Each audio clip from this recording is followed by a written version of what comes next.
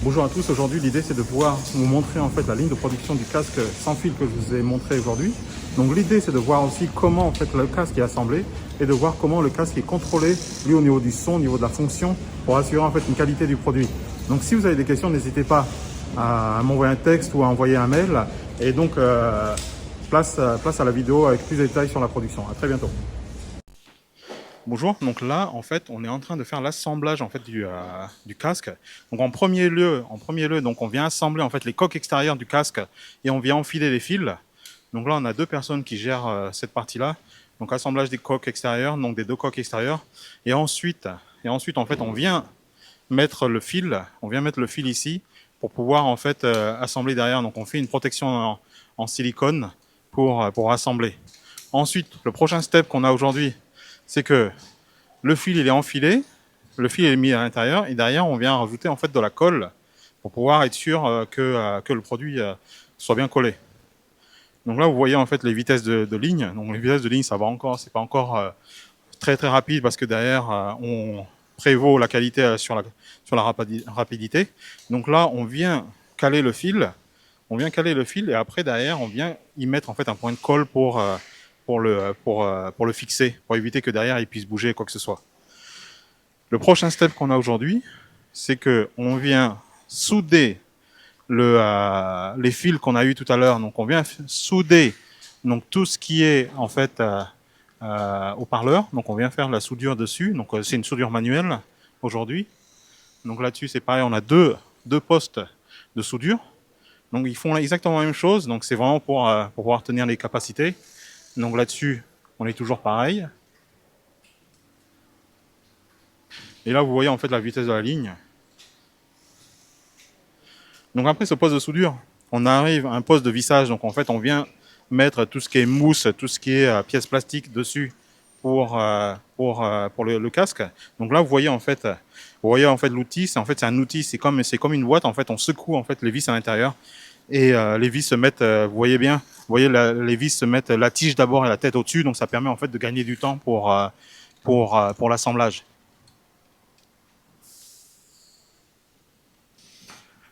Ensuite, après ça, le prochain step.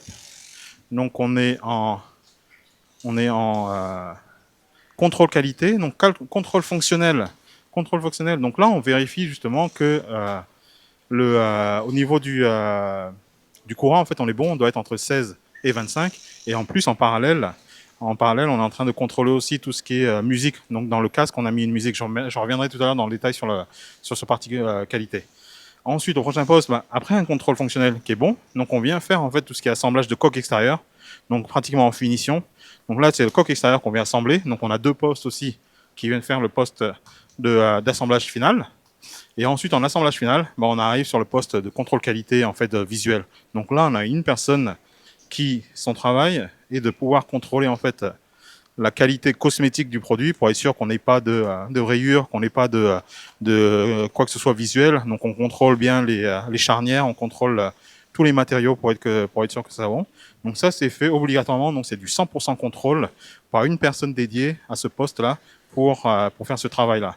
Donc c'est super important parce que là c'est à ce niveau-là, le produit est pratiquement fini. Donc ce poste est très très important pour la ligne de prod. Donc là vous voyez que la dame en fait elle contrôle tout, donc elle contrôle tout ce qui est charnière, produit en lui-même. Donc pour voir si tout a bien été équipé, fil et quoi que ce soit. Donc le dernier poste, on a encore un poste, lui, de contrôle fonctionnel. C'est exactement la même chose que tout à l'heure.